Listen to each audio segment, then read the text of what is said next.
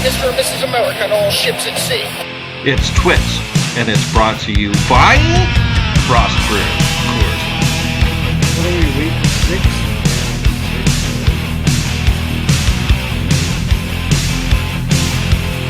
Hello everybody, welcome back to the week number 6 edition of TWITS. Joining me once again from his palatial garage located in Brownwood proper, Texas, Mr. Mike Paddock, sir. Doing fine. Snuck there. I wasn't ready for that one. I hear. Where are the luxury sleds? One's right next to me. Yeah, You just can't see it. I hear. I see you got the paper up over the third tap. But 2 common recipes on order. A pumpkin latte ale. No, stout. A little coffee and a pumpkin. And I'm going to add my own coconut. And then I have a cream ale as well. That's exotic. Yes, I try. So 3 weeks-ish. All right. Through this weekend, and in about 3 weeks they'll be on tap. But a little bit raw, but we'll try them out on the TWITS. We'll try them out on TWITS. Hey, you'll have to ship some up here. Somehow. Yep. All right. Well, let's, Mike, break into week number 6 here with the weekly wine. Switch over here on my computer because my printer sucks. All right. Let's take a look at the usual 5 matchups in week number 5. Starting out, we had Bill 56, Evan 34.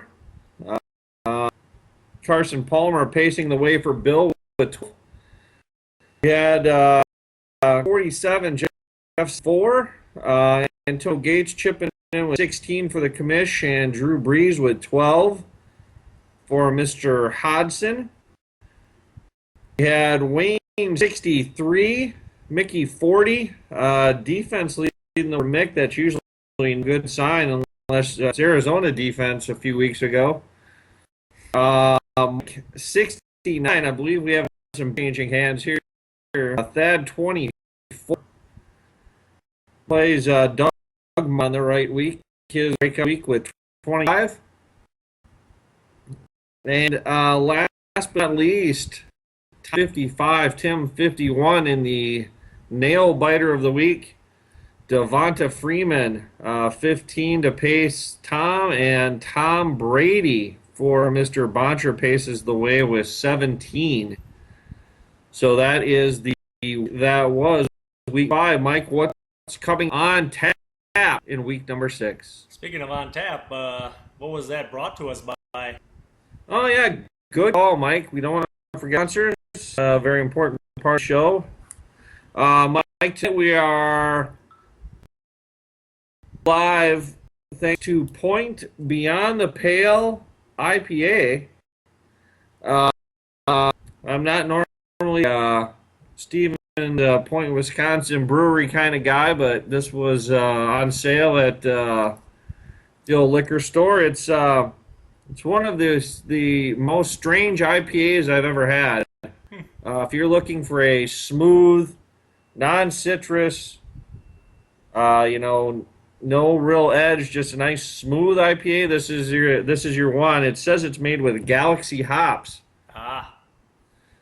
So I don't know if that's the difference or what, but compared to last week when I had what was pine or something like that, completely different. So, but not too bad for the Point Wisconsin beer brewers there. No, I like what Point's doing. I went to beer taste in Galveston a couple years ago, and they had a booth there. They were doing some good stuff. Yeah.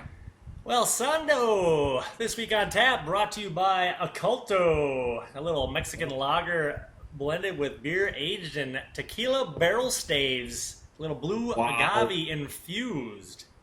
Wow. Yes, and all month leading up to one of your favorite holidays, I will be sporting a new beer that has something to do with Halloween. So the old Oculto with a skull on it for you. Alrighty. Yeah, it's a good one. It tastes kind of like Corona with a kick. So I kind of like it. All right. And on top of the cool-looking beer, on tap or the spotlight matchup this week has me.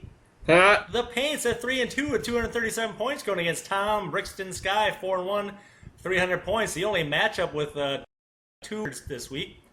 By the way, all-time points does go to Tom with a slight edge, 1193 to 1088. Actually, that's a bigger edge than I thought. Math's not working right now. And as you would expect, the all-time series is also Tom's at 15-11, winning 3 of the 4. Then next on the docket, the 5-0 commish, Leahy's Legion of Doom, living up to the name right there. Yep. 318 points, I believe that's the first. Oh, nope, Tom was also over 300, but yeah, you're leading the way there too. You're playing Tim Cranky Pants. A little battle with the Gopher alums there. Mm-hmm. Tim's coming in at 2-3, 270 points. You do lead the all-time points, 1571 to 1452, and the 23 to 15, winning 4 of the last 6 to get to that point. Then we got Brooklyn Bill Dorothy Mantooth at 2-3, 257 points against Wayne Bago, 4-1 on the year with 289 points. Wayne leads the all-time points, 371 to 359, pretty close there. But Bill does lead the series, 4-2, winning 3 of the last 4.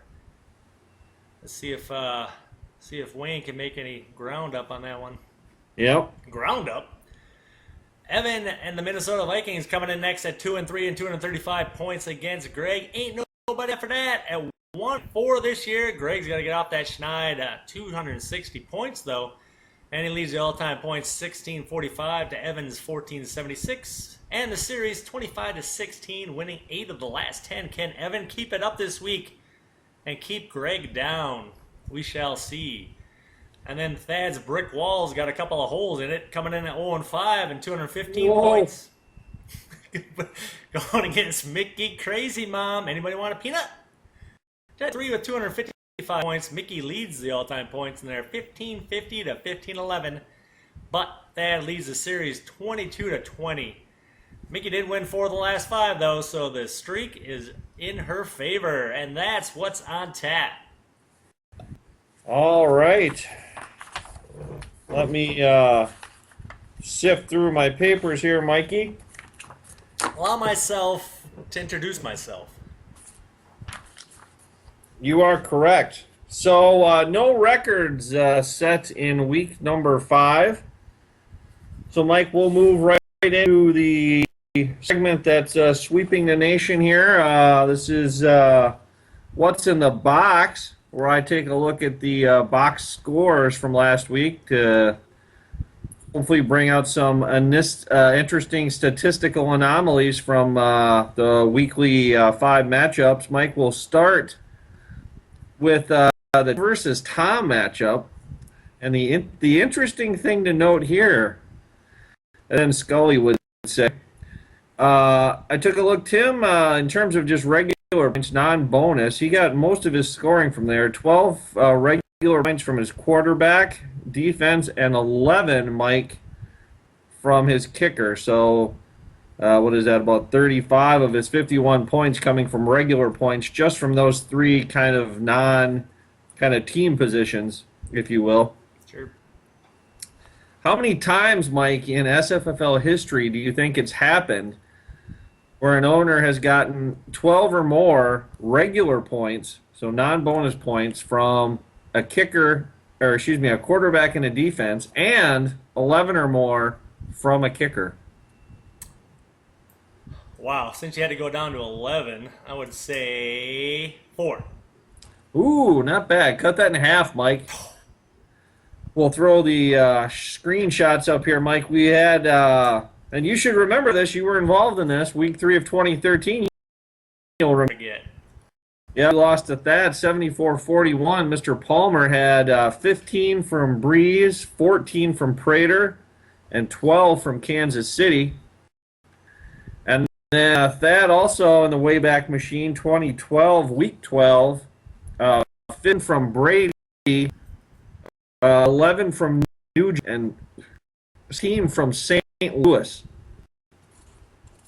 So those were your only other times in history with 12, 11, and 12 from quarterback, DK, and defense, respectively. So a bit of a rarity. Then, Mike, we took a look at your matchup this week against Thad. And we noticed that in terms of regular points, once again, not bonus points, but just regular, so this would be basic touchdowns. Thad had goose eggs across the board, quarterback to tight end. So quarterbacks, running backs, wide receivers, and tight ends all failing to score. So since the advent of bonus point scoring, which was 1998. So since 1998, how many times do you think that's happened that an owner has gotten blank quarterback, wide receiver, tight end in 1 week? I'll tell you then, 1,385 matchups in that time frame. I know it happened at least one other time because I had 0 1 week. So yes. I'll go with 1. Actually, the answer is 50, believe it or not. 50? Holy crap. It's happened 50 times. I don't feel so bad now. Of course, Yeah. I didn't have any bonus points either. That was the 50th time. So, yeah, so if you just look at, and I suppose that kind of makes sense. I mean, that's, what is that, about 3 times a year? It'll happen where an owner just gets blank. So, yeah, I thought that was a bit interesting. And then lastly, Mike, Very. We'll go back to the Tim-Tom matchup. The interesting thing to note there, defensively, Tim scores 12 points to Tom's 0 points, but Tom still wins the matchup. So, how many times in SFFL history do you think it's happened that an owner has been outscored defensively 12 or more points and still won his or her matchup? Probably 5. Not bad. 16 actually, 16. but it is a rarity. That's in the entire history of the league, which spans 20 plus years. So less than once a year. So usually, if you're down 12 to a defense, you're not going to win it. So there's your what's in the box for week That number just 6. tells you that in fantasy football, defense doesn't win championships. Touche. Mike, let's take a look at week number 6 here, and who needs a hug? Who do we need to wrap our arms around this week? I'm curious to see. Last week, I believe we had the Yankees in there. Yeah. I don't know if we're going other sports or we're sticking within the SFFL. Let's find out. The T on the hand stand for Twitter. Listening to the game a little bit earlier. And Texas Rangers had a lead in the 5th against the Toronto Blue Jays, the surprise team of the MLB this year, and Texas blew it.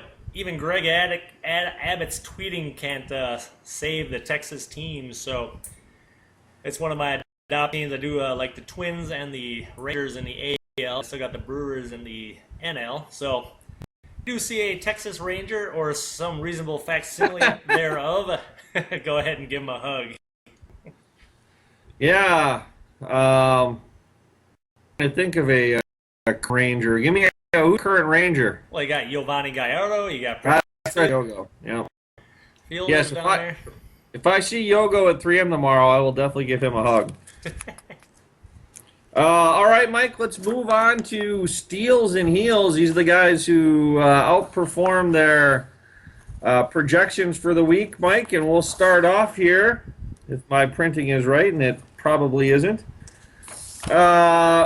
with our Steals. Doug Martin was a plus 18 on the week, got you 25 points.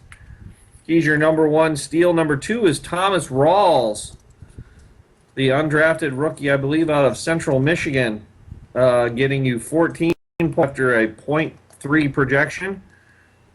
And then Mike, I think you doubled up on this. Tyler Eifert,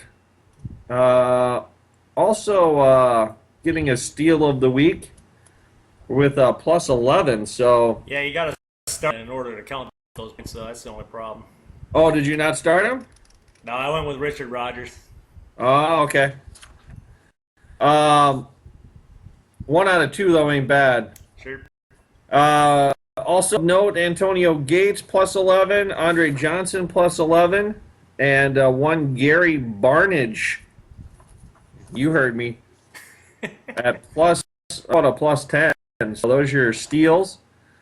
Mike, your heels of the week. This one not really his fault. Jamal Charles gets injured the second quarter, I believe, and Chiefs go on to lose to the Bears, and so he ended up minus 10.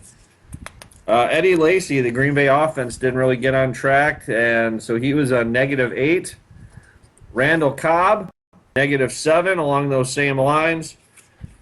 C.J. Anderson, a negative 6. Jeremy Hill, a negative. So those were your top 3, and then of note, C.J. Anderson minus 6, Jeremy Hill minus 6, and Latavius Murray also minus 6. So Oh, yeah, I had him too. I'm all over the place. yeah, you are.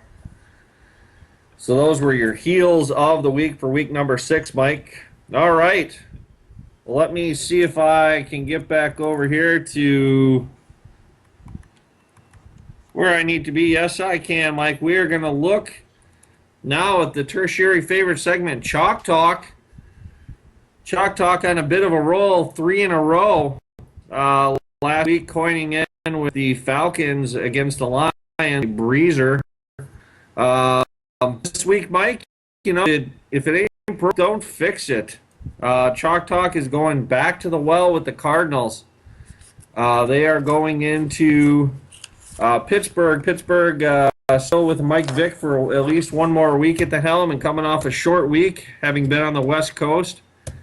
They got, I won't say lucky, but it was a nail biter out in San Diego, and the Cardinals, I believe, are going to be pretty well rested. They had an easy game against Detroit. I think their defense is going to give Michael Vick a little bit of more trouble than the San Diego D was able to. So I had and lay 3 points. Mike will take the Cardinals on the road in Chalk Talk.